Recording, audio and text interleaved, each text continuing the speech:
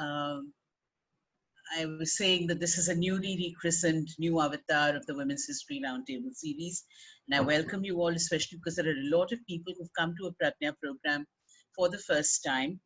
The digital avatar allows us to include not just participants from everywhere, but to draw on our friends around the world and around India and around South Asia, which has never been possible before. Pratnya was never imagined as a hyperlocal, only by auto organization. And this really allows us to spread our wings. And we celebrate this new freedom by inviting Radhika Radhakrishnan to speak at our first session in this avatar. Uh, Radhika is based in Delhi, and I very efficiently had her bio up and ready, and it has fallen off my screen. But let me read it out to you. Radhika Radhakrishnan is a feminist researcher studying the intersections of gender, sexuality, technology, and politics.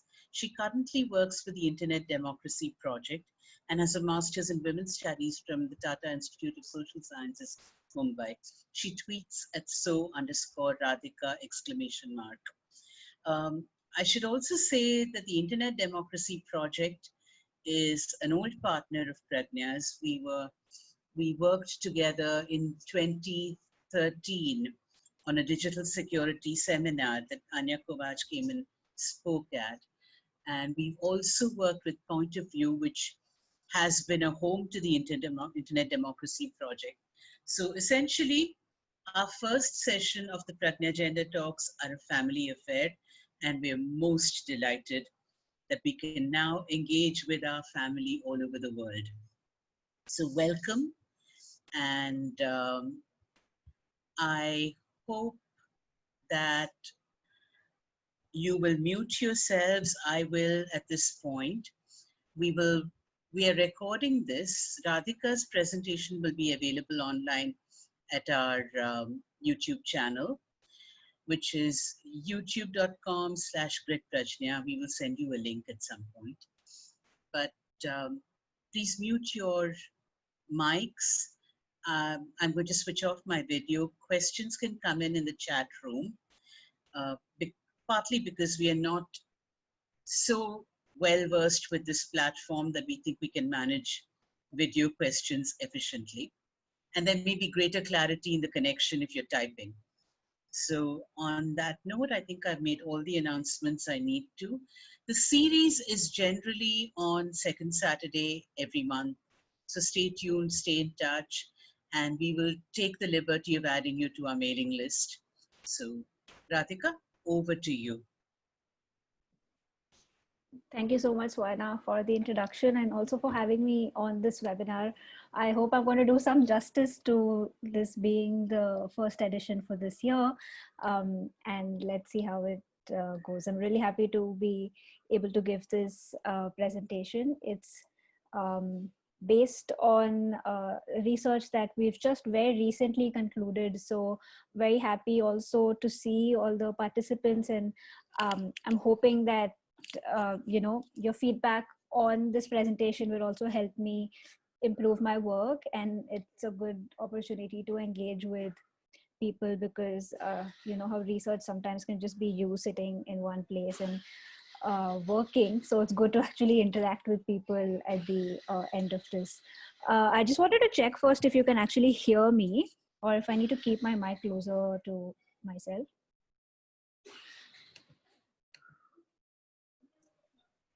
Please raise your hand. I think there's a hand raising button somewhere, or let us know on chat if you can't hear. I think you're pretty audible, Radhika. Okay, great. Thank you. So I'm going to maybe take around, I haven't really timed this before, but I'm hoping I'm going to take between 30 and 40 minutes to finish sort of saying all the things I wanted to speak about today. And then I'm looking forward to engaging with everybody and taking questions and seeing how we can sort of engage. If there are any questions I want to ask in the middle, you can just I'll ask them and you can probably respond on chat and I can read it out. Also, at any point, if you think that this becomes a little technical, or if there's anything that you're just absolutely not understanding and feel like that has to be clarified at that point before I move on, uh, please feel free to ask it in the chat box, or to just sort of ping me on the chat box, because I don't know I don't know if I can see the hand raised option um, from my end. So please do use the chat box for that if possible. And I will mostly be keeping my video on through the talk, but there are some parts that I'd like to share my screen for, because there are some images or some quotes that I'd like to, have everyone read instead of me reading it out. So in those parts, I will share my screen and then switch it off again when I need to speak. So if that's okay, then I'll begin.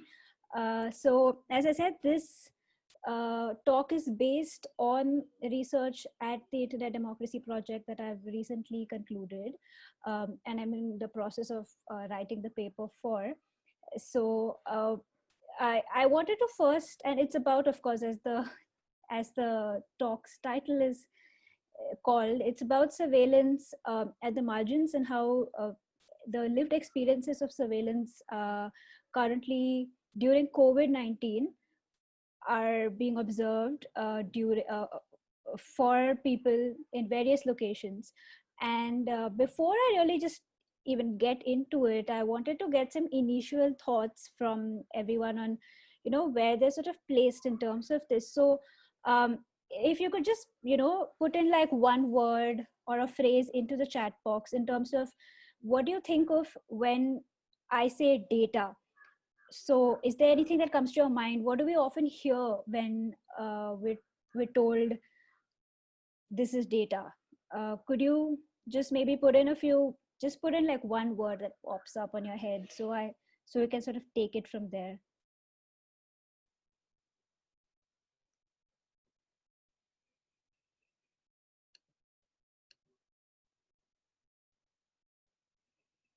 You can send the responses to everyone if you're comfortable, or you can just send them to me if you prefer that.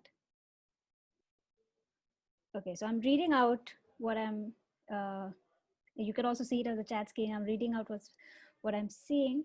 So I've got privacy twice, evidence. Okay, anything else that comes to mind? Thoughts, okay. Research, all right. Okay, so the reason I'm asking the authentic, okay. So the reason I'm asking this is because there are some dominant notions of what data is, and we're trying to reframe that through this research. And this whole presentation is going to be about how that reframing takes place, and it's going to use the case study of COVID-19 for it, and we're going to look at how women specifically are experiencing surveillance to try to show this reframing and to show this shift. I'm also getting another response that says information that perceivedly has some use. I'm doing this because it was in quotes. Statistics, okay. So of course we can come up with like lots of terms for this. The starting point of this research was that we were hearing a lot, especially within policy circles, that data is a resource. It's a public good. It's like, I don't know how many of you heard this phrase, but it's nowadays going around a lot in some circles that data is the new oil. And that really made us question that, is data really a resource? Is it something that we can think of as existing independently from our own bodies? Because that is the way policies today around data are framed, where any harm that occurs as a result of our data being violated is seen very different from the way harms would be envisioned if it was our own bodies that were violated. We take our bodies more seriously. So if there is a case of violation of our physical privacy, because privacy is a word that came up, we would not just we who would take it more seriously, you'd see companies taking it more seriously, you'd see platforms like online social media portals taking it more seriously. Whereas if there's a case of, let's say, online violence or harm to something that is our data, it's taken much less seriously than we would take our bodies. So this research is really to like investigate that and see how far that holds true, and if it doesn't, then how do we reframe that? So now, where does surveillance come into this whole picture, right? So what this research was trying to do is see how surveillance is a process of controlling people's bodies through their data. So we feminists have for a long time, now started talking about surveillance as a means to control people's bodies. And we're trying to add a new dimension to that by saying that this control nowadays, in a world that is so datafied, is now increasingly being facilitated through the use of technology and through the use of data. And that's something we're seeing a lot, especially during COVID-19. So I'm going to use that case study, and we're going to look at the lives of specifically women, because historically we've seen that women's bodies are more controlled than those of other persons, but also looking at women as an intersectional category. So we're looking at women in various marginalizations. It could be Muslim women, Dalit women, trans queer women. So let's also try to keep that intersectionality in mind. So a very quick note on my on my research methods, so that you know what it's built upon. This is something that started off as really just conversations. Swarna is one of the people that we spoke to, in fact, around when COVID had just the pandemic had just begun, and we had no idea what was going on, around March or April, when we were really thinking, okay, we don't know if this is even a research project yet, but we want to really speak to people, and we want to see what their experiences are during this pandemic. And it's at that point that we noticed that people had so much to say. People were going through, of course, so many difficulties, and we thought, okay, this is really something that needs to be looked into more, looked into further, looked into in a more deep manner. So we then began doing more structured interviews. So I've done 25 interviews as part of this project, in Hindi as well as English, spread out across 4 months. And just some of the communities of people that I spoke to, which I think is important to mention, because often research can erase certain identities, and I want to make it very clear that this research is entirely based upon conversations with people, and everything that we've been able to understand today is because people have so candidly shared their experiences with us. So I've spoken to sex workers, trans queer persons, Muslim women, migrant laborers, gig workers, ASHA workers, working class people who were just experiencing something like drone surveillance, women's rights organizations, women's rights activists, organizations working with Adivasis, public health activists. So a lot of people who on the ground at a grassroots level were really working with people, and then people in many cases themselves who were experiencing a lot of this, to the extent that I could connect with them. So we found, after speaking with a lot of these people, that what is happening during COVID-19 is that surveillance is really increasing control over bodies of people, and data was a key factor in the way that surveillance was being experienced and in the way that surveillance was being carried out.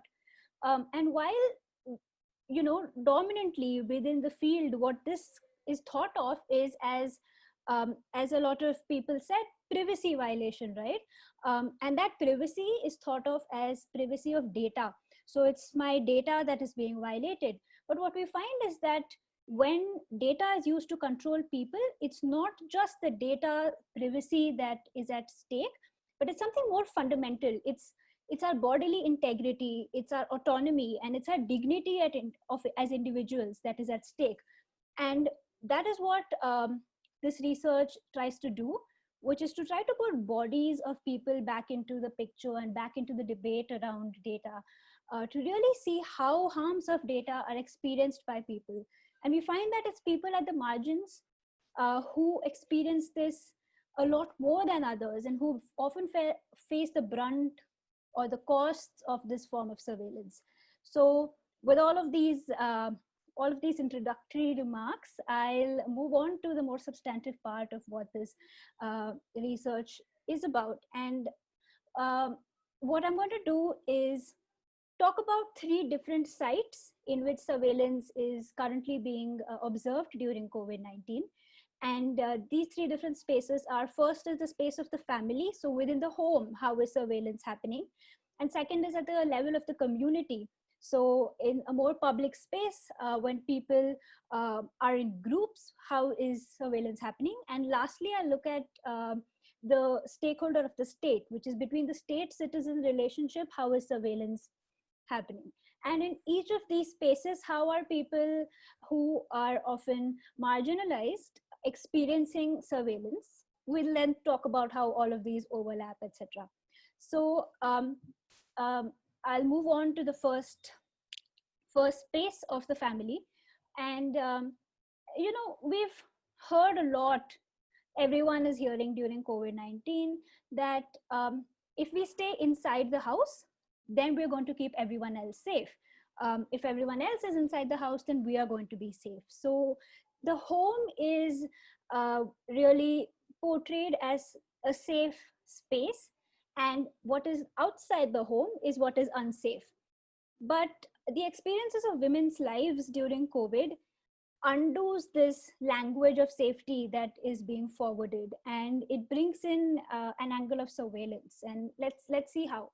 I'm going to share my screen to show you a quote that might make this clearer, and also will be in the words of the people who have experienced this.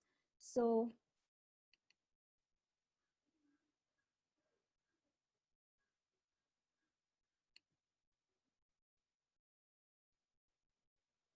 one second, I think you can see my chat screen. All right, so if you can see my screen here,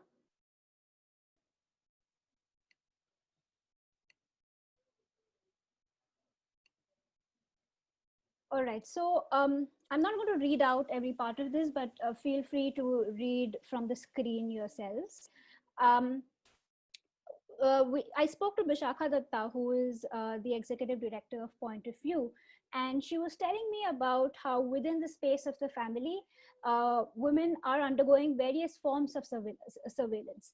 So one of the things she said is that right now, because women are constantly in the proximity of their families, a lot of whom are abusive, women are facing very high levels of domestic violence.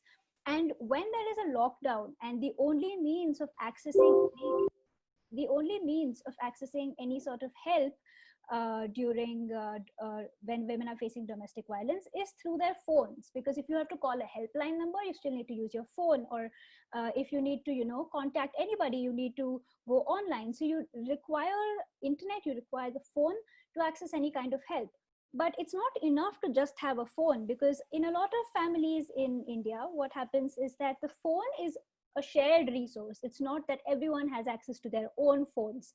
So if women have to use a shared family phone to contact a helpline number to report a case of domestic violence, they're scared of doing that, because they feel like if I call a helpline and someone else, like my husband, takes the phone after this and uses it after me, they may see the number I have called, and then I'll get into trouble for it. So women are unable to report because of this dynamic of people keeping an eye on their usage of technology, and what is it that they're really accessing when they access the internet online. And this is not just something that women face.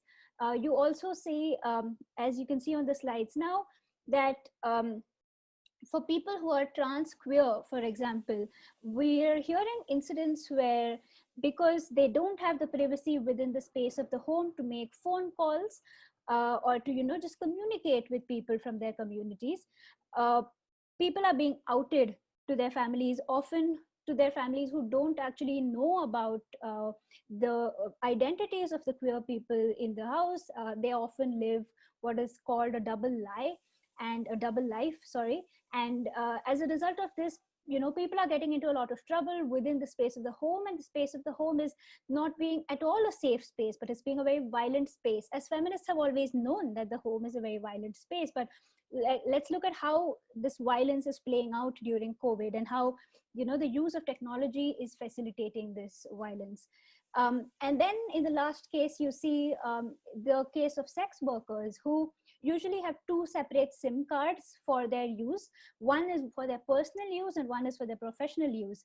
Now, during COVID, when they are staying at home and they are, within the confines of their shared family spaces, they are not able to use their phones freely to keep in touch with clients, to maintain contact with them, because their families will find out what they're doing, and it's of course a very stigmatized profession. So they're unable to continue their work, which is affecting their financial autonomy. It's affecting their ability to continue living a livelihood. So you see in all these cases how I'm also going to stop sharing my screen now.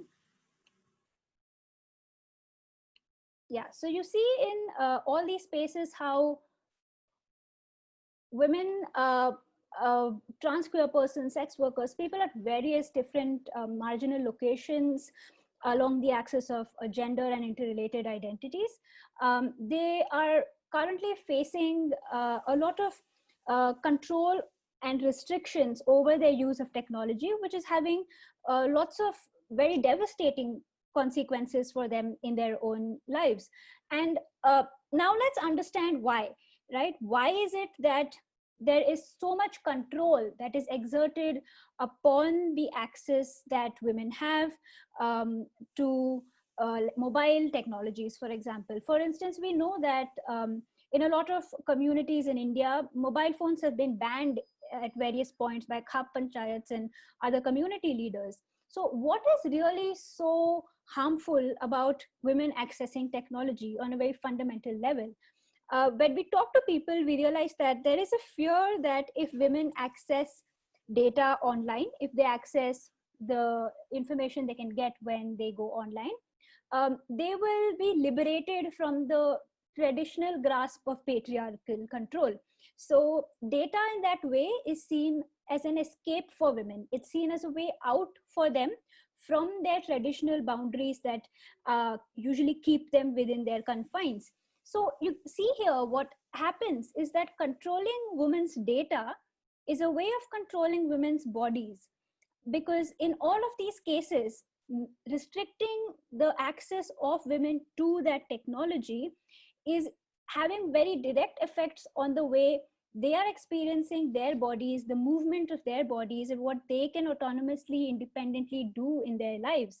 So when we start seeing these links, we then start questioning the kind of distinctions that are traditionally made between data and bodies, where, as I said right in the beginning, we see data as a form of resource. We see data as some kind of oil, or as something that is independent from our bodies, and it's simply just out there for human use, for human exploitation, for human consumption. But if you look at data in this way, the way we've seen in playing out in these examples, then we see that something else is happening here, because how can data be a resource if the control over data is experienced so intimately by people as control over their own bodies? So we have to broaden the way we think about data, and broaden the way we think about data harms, to go beyond just privacy, to go beyond the kinds of harms that policies currently recommend under data harms, and to put bodies back into the picture and say that this is not just about privacy. When a sex worker is unable to carry out her work because she is not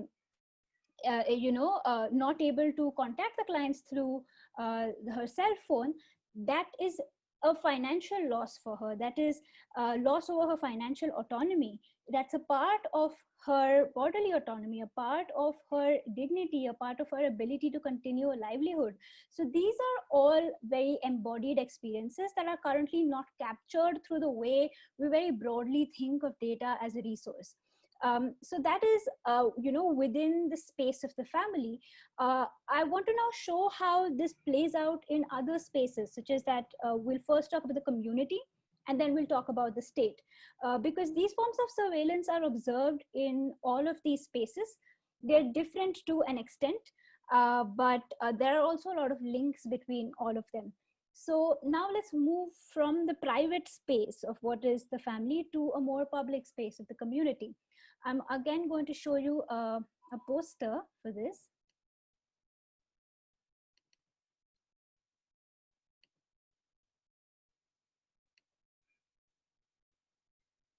Okay, so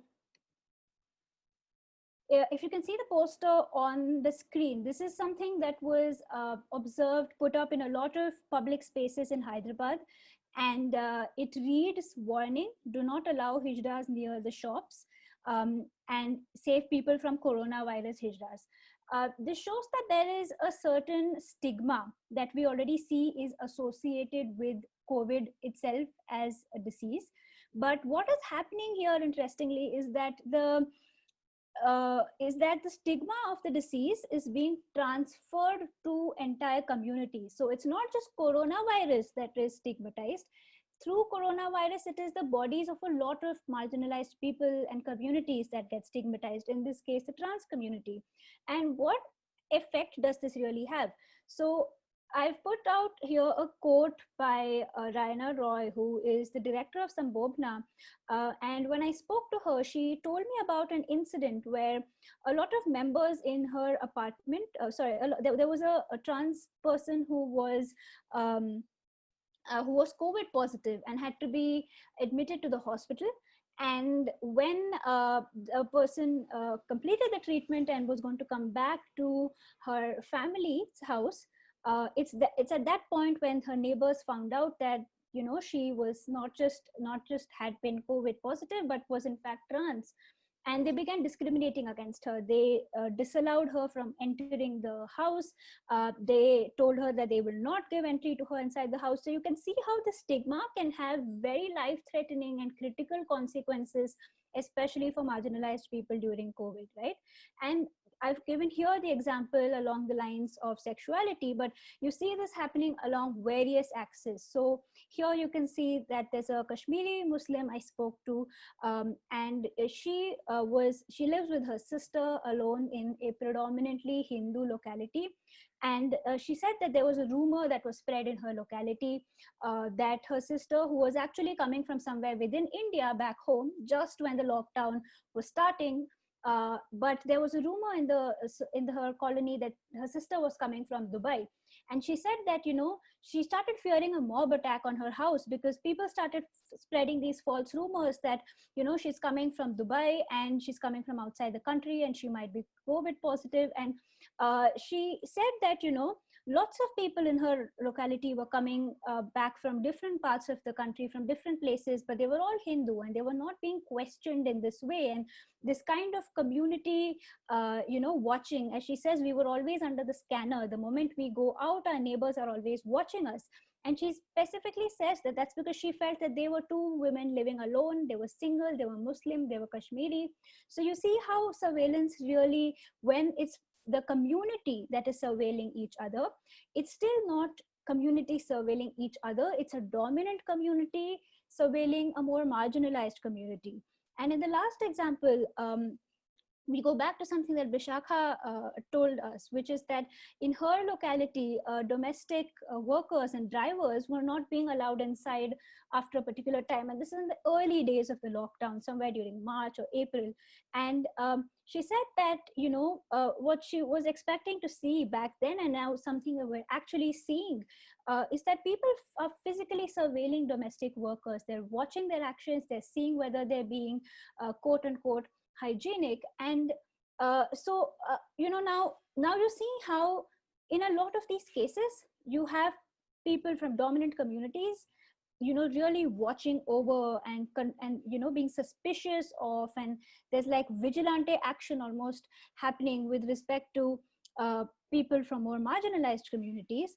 And if you look at this scenario, now I want to introduce the element of data here. And what does data do to this kind of scenario is what you see on the screen, which is one example of data is through the use of apps. The state has released a lot of apps, such as on the left, you see what is called the COA app, was released by the government of Punjab, and it allows you to report mass gatherings. So if there are people assembled in a group somewhere, it encourages you to report that to the state. So in a way, it's encouraging communities to keep an eye on each other for the benefit of the state. And on the right, you see a screenshot from another app called the Raj COVID app, which is from the government of Rajasthan. And it's actually releasing the names and the phone numbers of patients who are deemed to be COVID positive in a particular locality. So you see, I'm going to stop sharing now so that you can. Yeah, so you see that in all of these cases, we already have surveillance that is being sorry, my screen seems to have gone away. 1 second. Yeah, so you already see that in a lot of these cases, surveillance was already happening. But what is data doing to this entire process? What data is doing is that it's making the surveillance a lot easier. So the apps are one example, but you see so many other examples. You see CCTVs being installed by resident welfare associations, where the CCTVs are being used to take a look at who is entering the buildings, who's leaving the buildings. And then you have these community WhatsApp groups where there's a bunch of people on it, and a lot of times they broadcast the private details, like the phone numbers, etc., of COVID positive people in that locality. So you see that there are a lot of such. The government itself is releasing public watch lists with names of people on it who may be COVID positive. And so you see in a lot of these cases, when data comes into the picture, this surveillance takes on a very heinous form. Also because this data is most likely to be in the hands of very powerful stakeholders within the community. So if you take the example of these smartphone apps, they are going to be most likely used by people who already have access to smartphones. If you look at CCTV footage from the CCTVs that have been installed by the residents welfare associations, or RWAs, then you see that the footage from this is most likely to be available with the heads of the RWAs. And in each of these cases, it is the surveillance of the less privileged, so the more marginalized, by surveillance by people who are in positions of power. So there is a reproduction of inequalities that is happening, and that gaze is really being facilitated through the use of data. So I can anonymously sit behind my phone, report someone near me, and action may be taken against them with no accountability to me. So that's how communities, more powerful communities, are keeping a tab, keeping an eye on less privileged communities. And this has people are talking about this in, again, terms of data privacy, that, oh my god, my data is being leaked. But is that all that is happening here? Because when a domestic worker, for example, is not able to enter a particular building because there's a CCTV camera watching over her, there's something more than the privacy of the data or her images that's being collected. What's happening is that her body is being restricted from the kind of movement that she's entitled to, which means that it's affecting her on a more basic level, on a more fundamental level.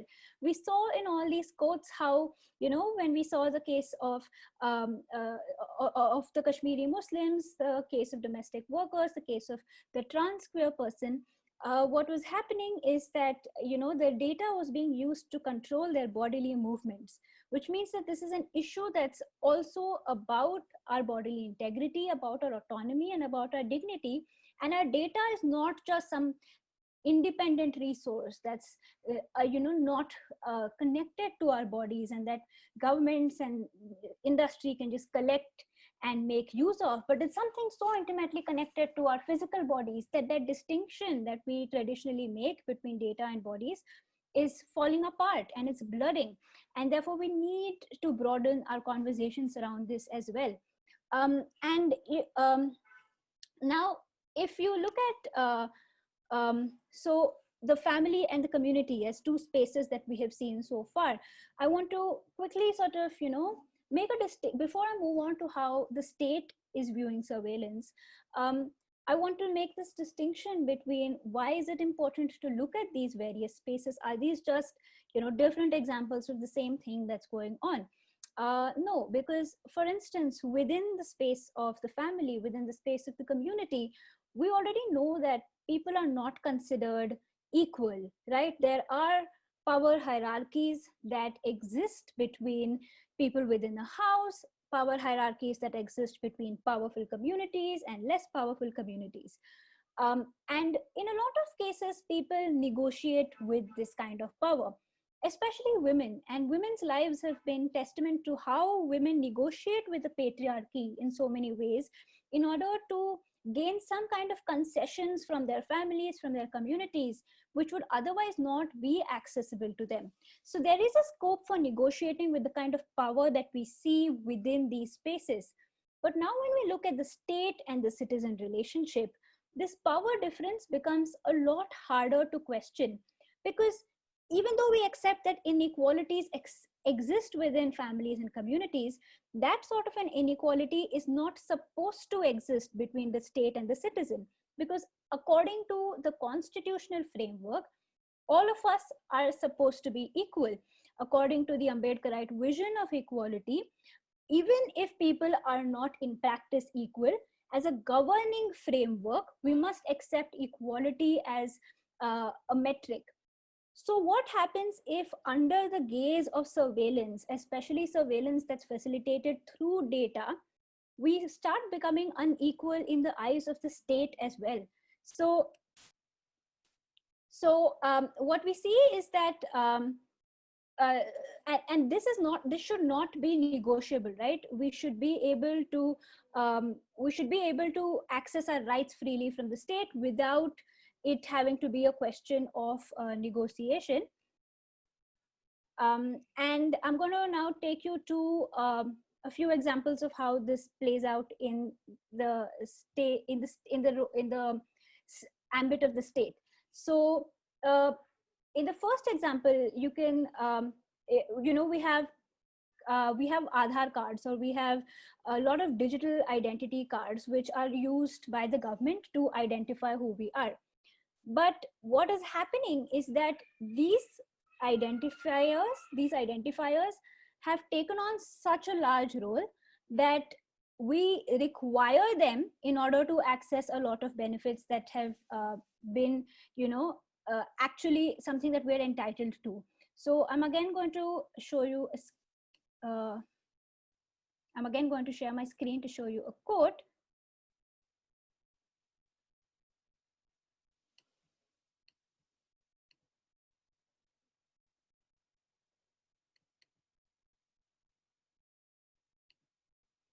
Okay, so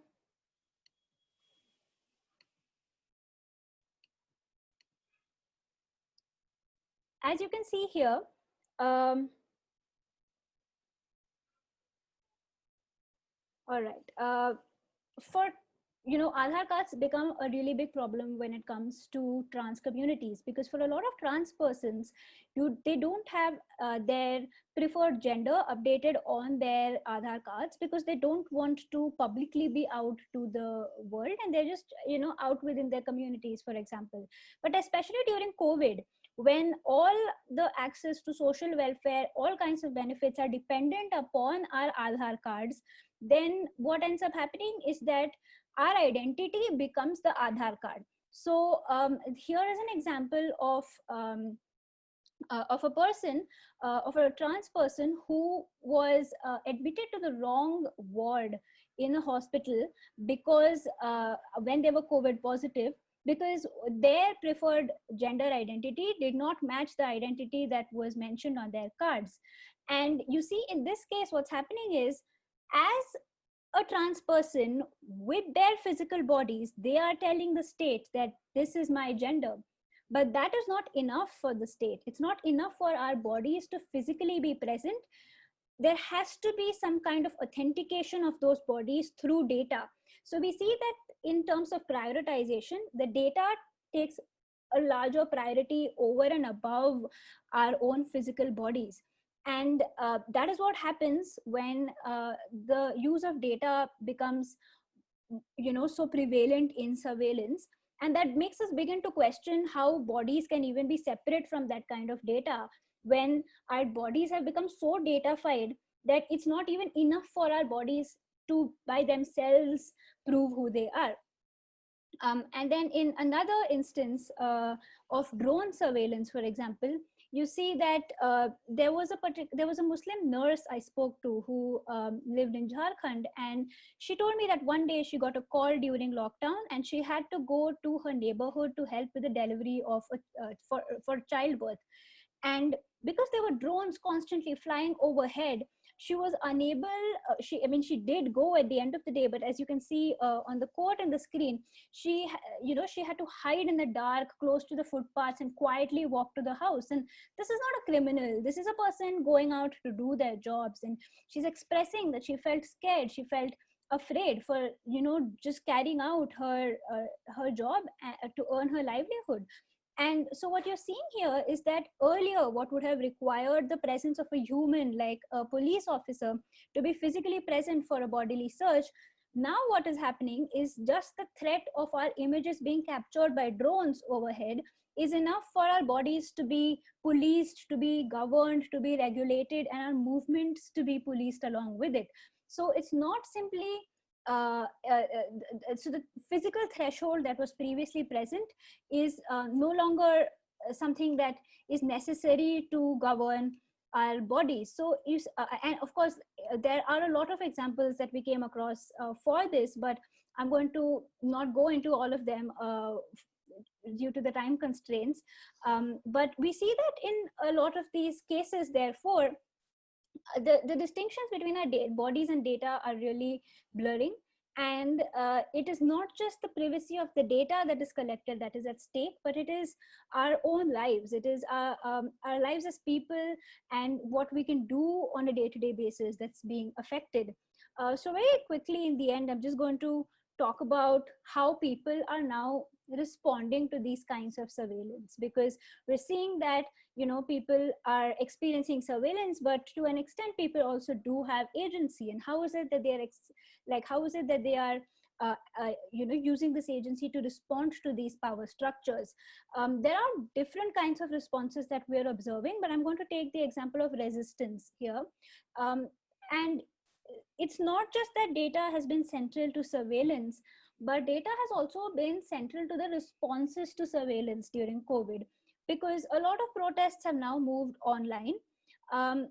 If you don't have access to the internet or to a mobile phone or a computer, you can't even participate in the resistance to surveillance in a lot of cases, which means that the ways that we have been, and beyond that, we've seen how surveillance is taking place in multiple locations, right? In the family, in the community, and the state. It's not just how we earlier envisioned, how Foucault or Orwell told us that there was one powerful entity, and then that powerful entity was surveilling a mass of people. We see that that's no longer true. We see that there's surveillance happening from all different angles in so many different spaces. So if we have to resist that, we need to be able to come up with newer strategies right now, because on one hand, the access to technology is also mediating these responses, but at the same time, what it's doing is it's making surveillance so ubiquitous that a lot of asymmetries are taking place. On one hand, there's a power asymmetry where individuals have very little control over how their bodies are being monitored, how their bodies are being controlled by those in power. And then there's a knowledge asymmetry, sorry, where individuals also don't really even know how they are being monitored and controlled. So if how do you resist something that you don't even understand, you don't know much about, and often are not in an influence to are not in a position to influence, because you often will belong to a marginalized community in order if you're facing the brunt of this kind of surveillance, as we're seeing through this through all the examples that I've shown you.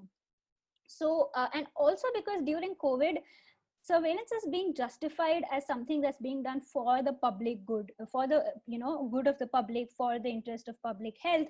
So it becomes harder to resist it, because we're told it's a good thing, we said this is something that is good for you. So how do you resist these kinds of things? So we need to really think about new forms of resistances. I don't claim to have like a solution to this, but I want to frame this as a new problem that is confronting all of us. Swaina, how much more time do I have to, can I go into one last bit, or I can also sort of respond to that through questions if we're up with time? It would be good if you could wrap up so we'd get about 40 minutes of discussion. Great. So and people can start typing their questions into this chat screen too.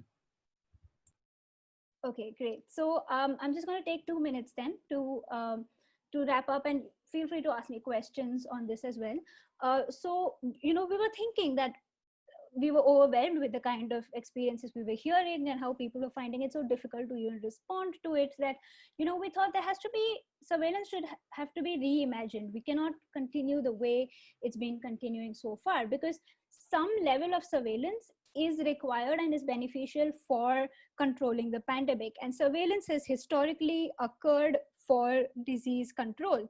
But what's different in COVID is that the use of data has been very central to this surveillance.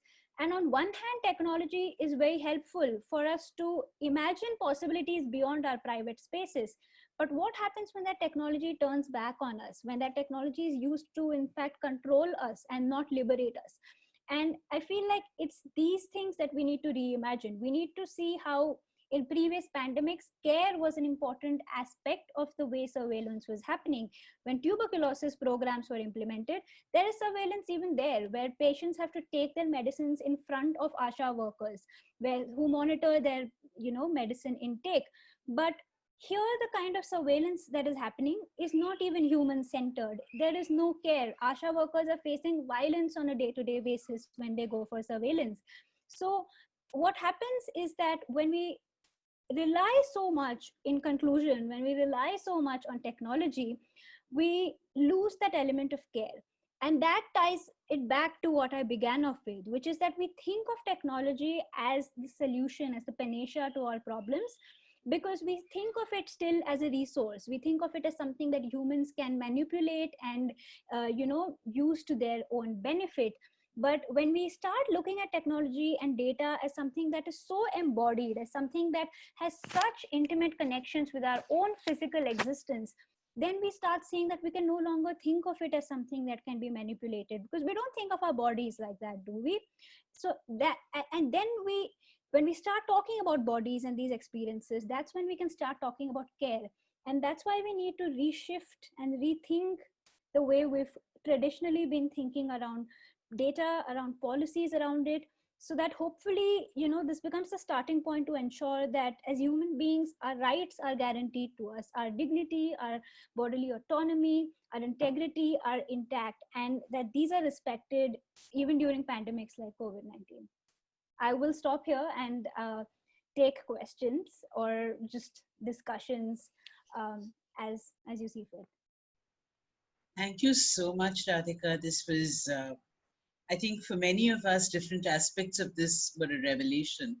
And we're going to start making connections between things in ways that we may really not have thought of. So thank you so much for giving us such a stimulating start to this series. Questions in the chat. I can't see a raise hand button on our interface. But if you would like to speak your question, perhaps you can just drop in your name and unmute yourself and go. I can see a question on the screen. Should I read it out, or would you It's like been to? there. Oh, yeah. I can do that for you, or you can read it out yourself. Either way. Anyhow, Swana, either way works with me. What Can you're you comfortable. share? This is from Anuradha Nagaraj. Can you share instances, if any, of people protesting the various apps that they are required to download?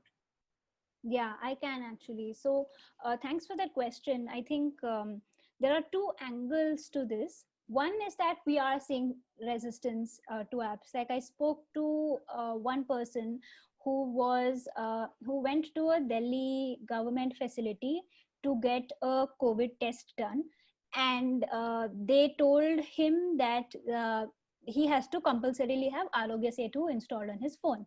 And he was a lawyer, and he thought that I don't think that this is compulsory.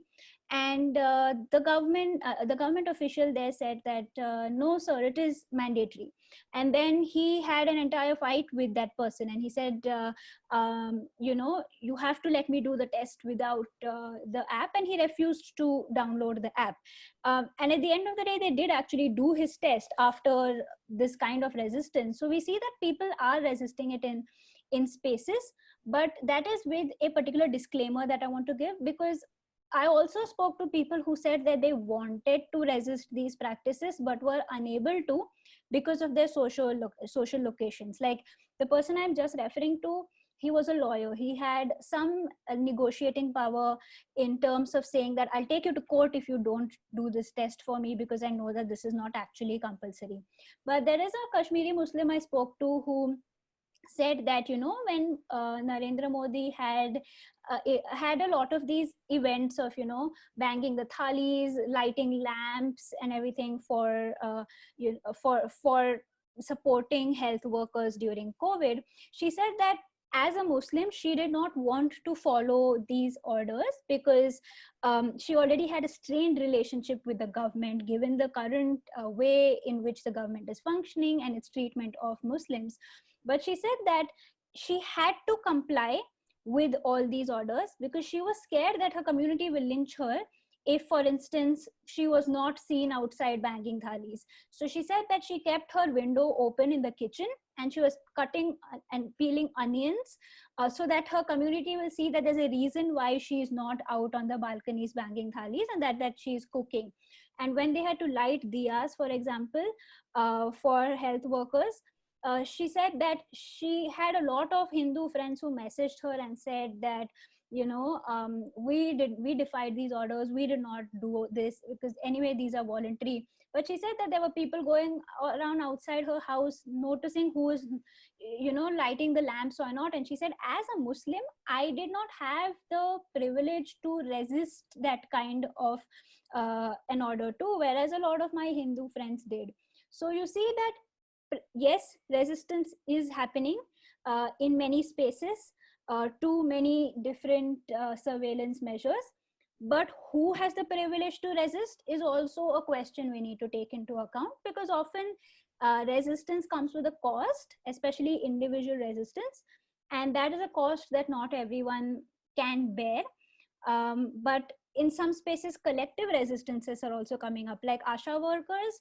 They have been resisting this app called the Ghar Ghar Nigrani app that the government of Punjab has made compulsory for them for doing door-to-door surveillance. And a few weeks back, they took out an entire protest where they said we're not going to continue using this app because, a lot of ASHA workers don't even have phones. And the government told them, we don't care if you don't have phones, borrow phones of your husbands or sons if you want to continue if you want to continue your jobs. And what kind of a how can you just borrow your husband's phone?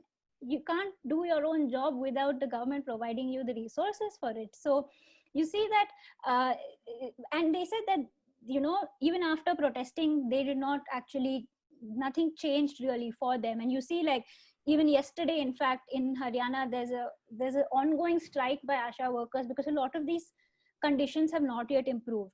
So, long story short, yes, resistance is happening in many spaces. Who can resist in an individual capacity depends upon that individual social location. And if you resist in groups, it's still not enough currently for it to be taken heed of. But it's good to document these instances as people saying that this is not something that we're okay with. I hope that answers your question. Do we have others? Would someone who doesn't want to type unmute their mic and ask?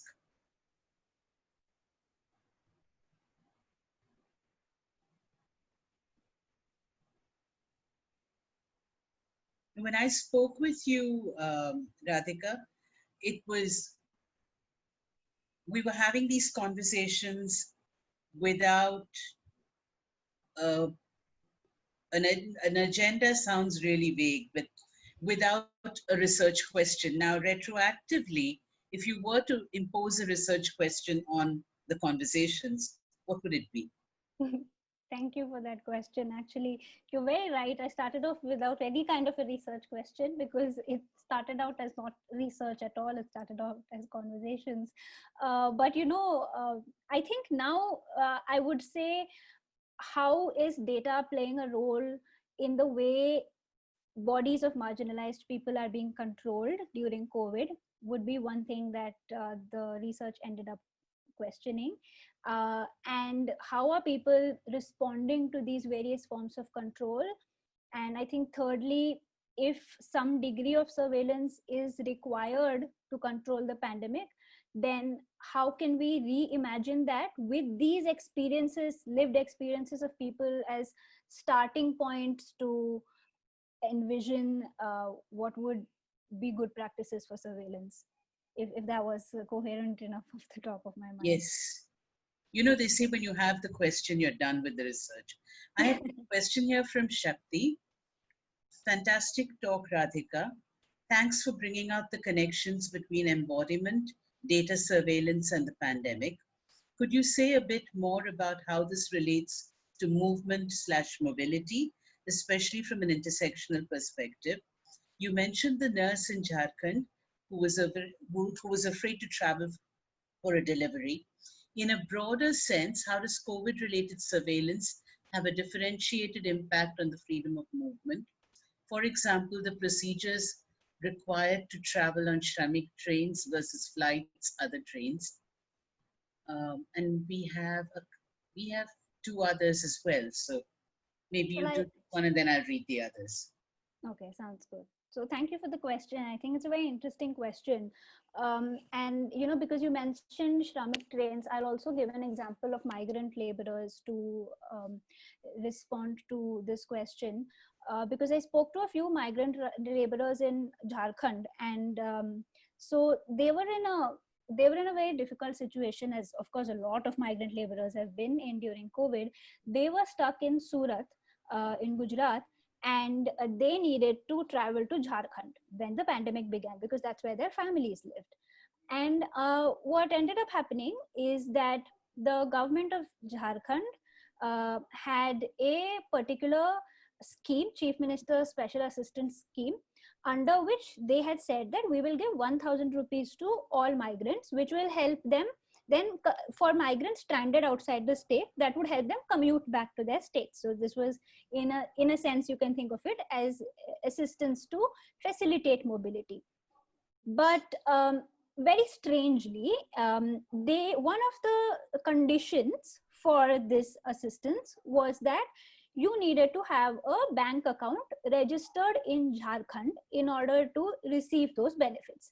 Now, I spoke to two laborers who had come all the way from Surat to Jharkhand, and they told me that they received no financial aid from the government because they did not have bank accounts registered in Jharkhand. And why would they have bank accounts registered in Jharkhand when they are interstate migrant laborers who have worked for the past many years in Gujarat? So they said we had bank accounts in Gujarat, but there was no use of us having that bank account in Gujarat, because according to the app that was released, the Jharkhand Corona Sahayata app, which was released by the Jharkhand government, they needed to enter bank details of a Jharkhand account. And because of low digital literacy among a lot of communities, they were not even understanding what error message they were getting. So they were trying to register on the app. And then they were not getting any kind of, it was not registering them. They didn't know whom to ask because all the labor offices and everything were closed during COVID.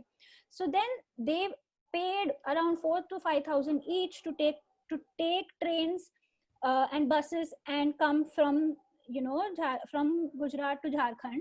And they said they came to Jharkhand, they opened a new bank account in Jharkhand. It's been 20-25 days. They're waiting for the money to come, and they haven't received the money because nobody had even told them that if your app registration fails, then you cannot get that money, because to raise a complaint on the app, you need a receipt of registration. And if you're not even able to register, then you can't even complain. So you see that the way this is structured is so against the interests and lived realities of people, that the government is saying they're dispersing money, but people are not actually receiving it. And this would, I think, be an example of how mobility is impacted, because these two migrants, at least, they took loans from their families, they took loans from money lenders and were able to travel. But for a lot of people, they got stranded in different places because they did not have the financial means without state assistance to be able to move from one state to the other.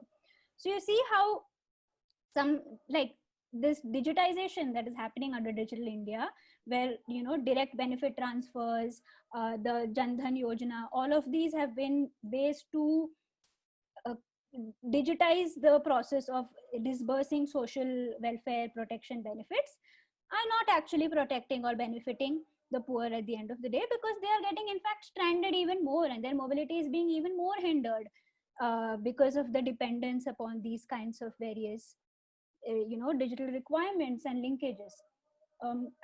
There are other examples too, but I hope that to some extent responds to your question. Does it?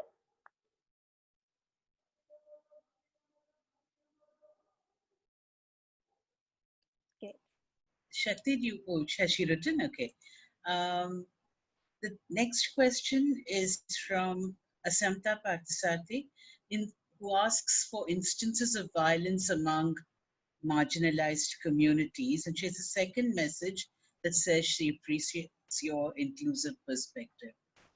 Do you want to answer that briefly? Then I think there are two more after that. Yeah, I can quickly respond to that. Thank you also for your kind words. And again, I want to direct all the all, all all the credit of that to all the people I've spoken to, and it's really their experiences that are coming out through this. Um, Also, instance of violence, again, there are many, because violence can be of various kinds. It could be physical violence, it could be epistemic violence, it could be sexual violence. We are seeing, for instance, ASHA workers facing a lot of physical violence during COVID, where they have to go now during COVID, their tasks have been increased. They have to do door-to-door surveillance of patients, not just patients, of like locals in a particular area, and take down a bunch of information. In some states, as I mentioned earlier, in Punjab, certain apps have been made mandatory for the ASHA workers to use for collecting this information.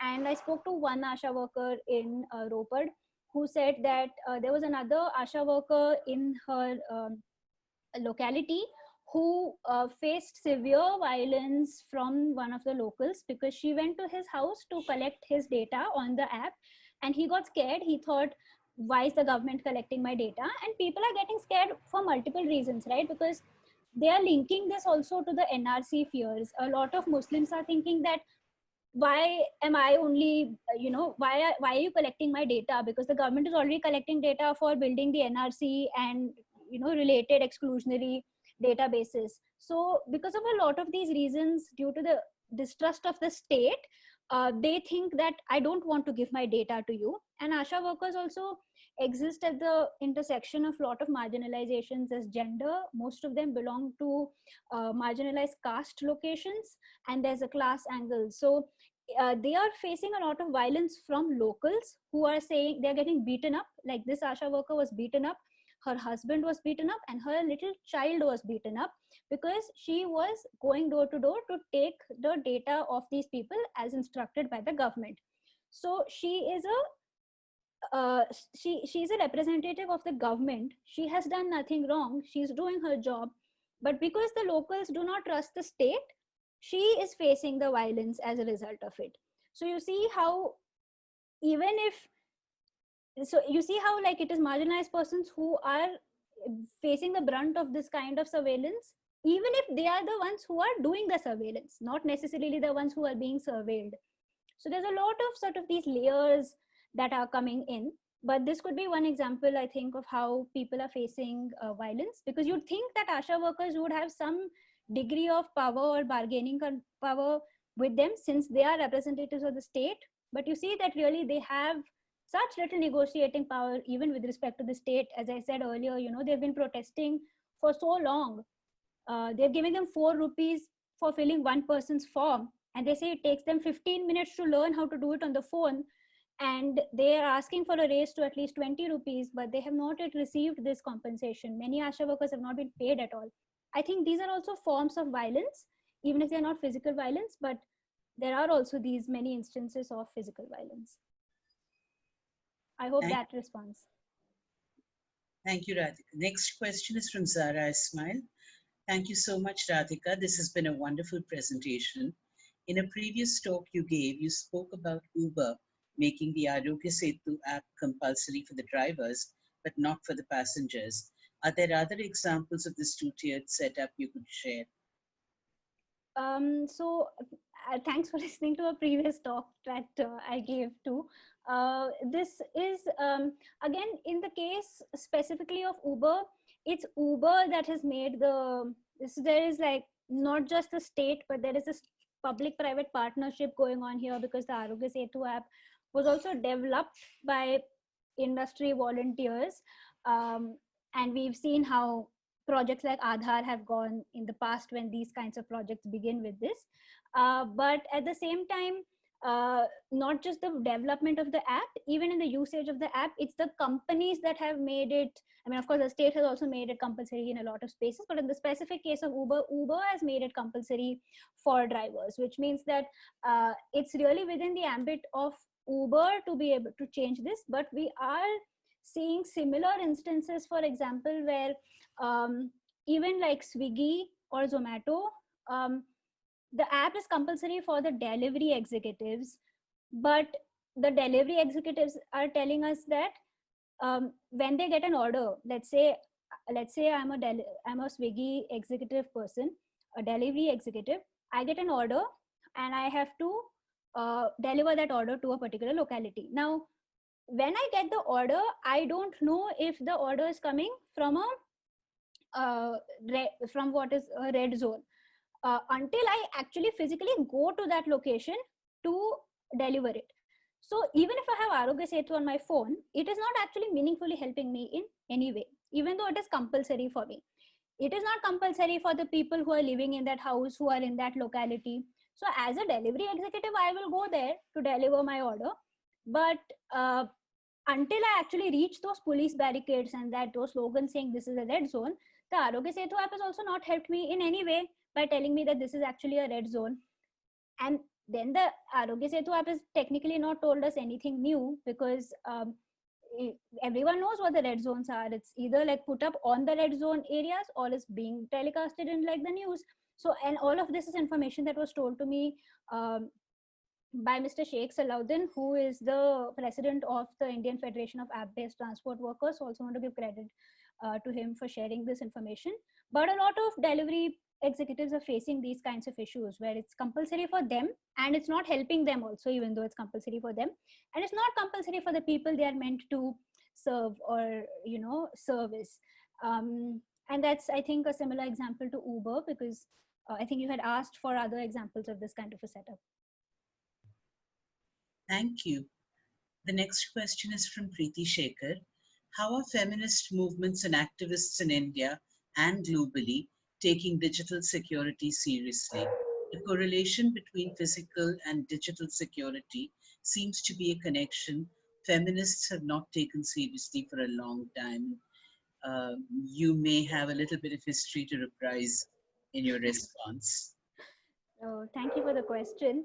I think technology has been something that feminists have actually engaged with critically for a long time. The entire field of, for example, feminist technology studies or feminist science studies has critically looked at technology and its uses to question whom it benefits, and to really question technology as an institution of power in the first place. And then how is that power experienced by people who use it?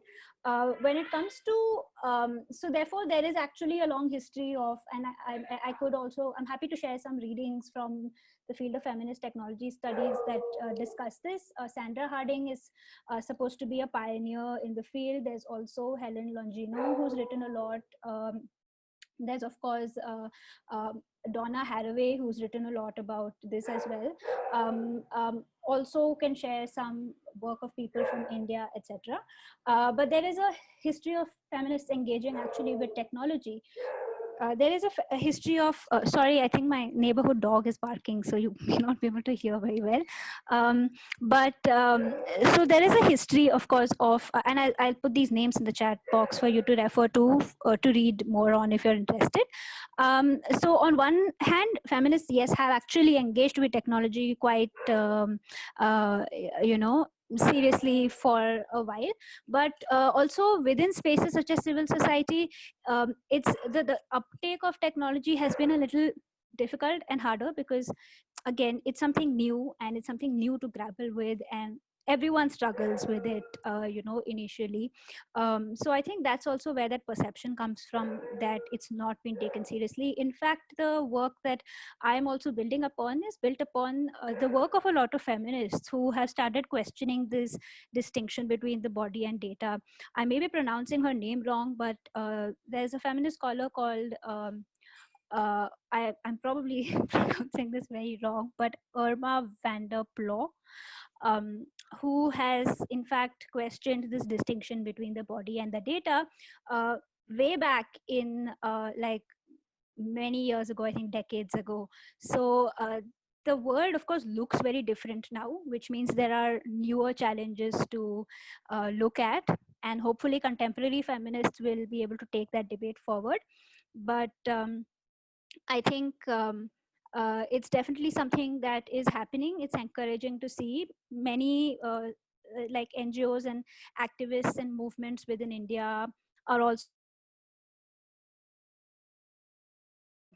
you know, more critical stance, constructive stance, looking at it as well. I don't know if you were looking at any particular specific kinds of examples, but I've tried to drop some names, and I think Preeti may have meant activists. So actually, Internet Democracy Project is a good example, isn't it? It is. I didn't want to like also necessarily just talk about us, which is why. No, but you know, this is IDP's been one of the first point of view, and IDP in different ways. So, around. okay, we have another question. Okay. And it's how might the forms of data collection and surveillance that have emerged during the pandemic reinforced pre-existing forms of policing of marginalized bodies? What are the continuities and linkages that we can see here? And are there any breaks or newer types of policing that have emerged? Could you just repeat that question again? I'm really sorry. I heard the last part of it, but I didn't hear the premise of it. How might the forms of data collection and surveillance that have emerged during the pandemic reinforced pre-existing forms of policing of marginalized bodies? The second part of it is, what are the continuities and linkages that we can see here? And are there any breaks or newer types of policing that have emerged? Yeah, there are. So again, policing can be state policing, but it can also, as we've discussed, be community policing each other, family policing, etc. So in a lot of these cases, for instance, we see that the inequalities already exist in society. So technology doesn't necessarily like entirely change and bring in something unheard of into the picture. The technology is new, but it always exacerbates existing power relations within society. So even for example, if you look at the state, then you see that you see that, for instance, the state has always been violent towards certain communities, right? Like there are certain Adivasi communities, Muslim communities that the state has always been antagonistic of. But during COVID, newer forms of technologies are also being noticed. Like I had said, example of the drones that are currently being used.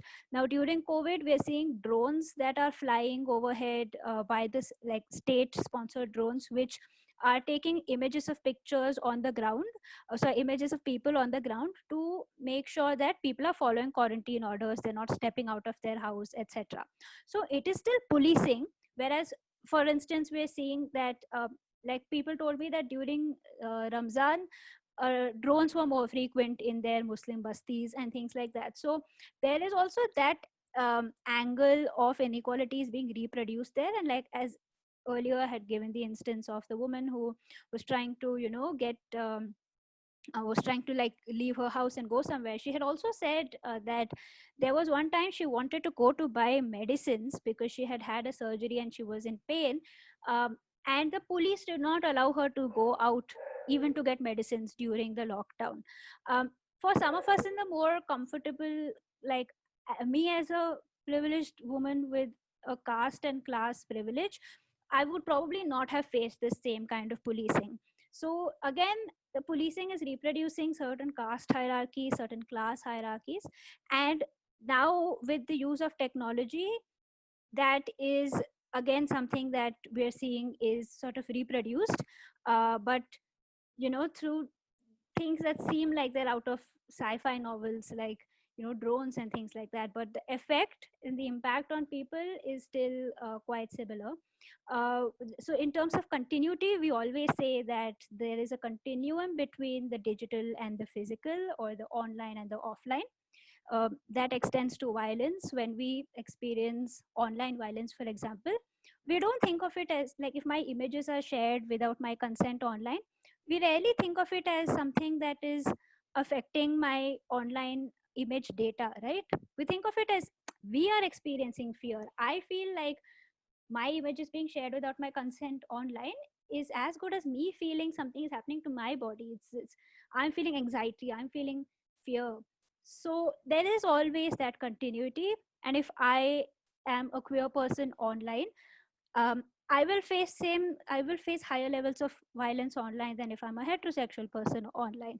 And the same thing exists even in the offline space. So there is always a continuum in how technology is experienced in your location, determines that in offline as well as digital spaces.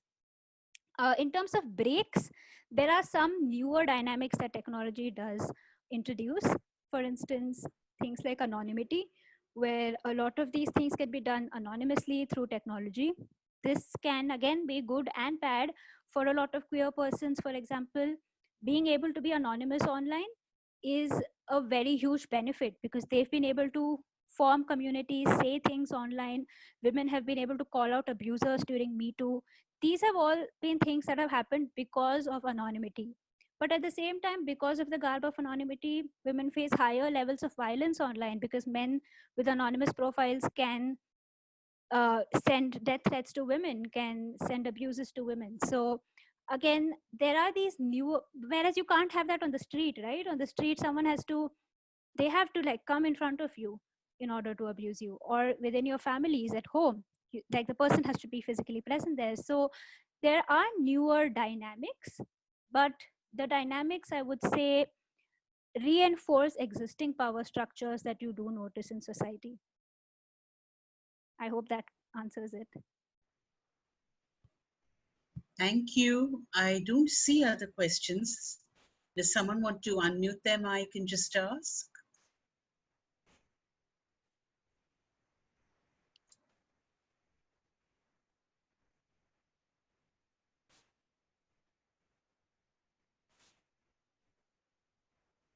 Well, perhaps not.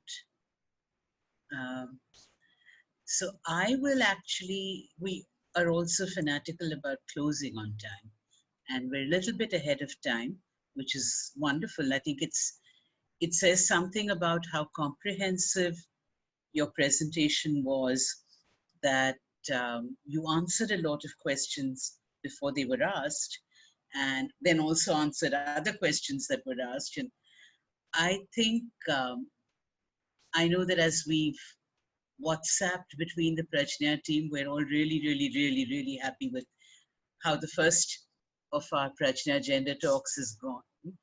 And I hope that you will be back in the future for others. Thank you so much for doing this today.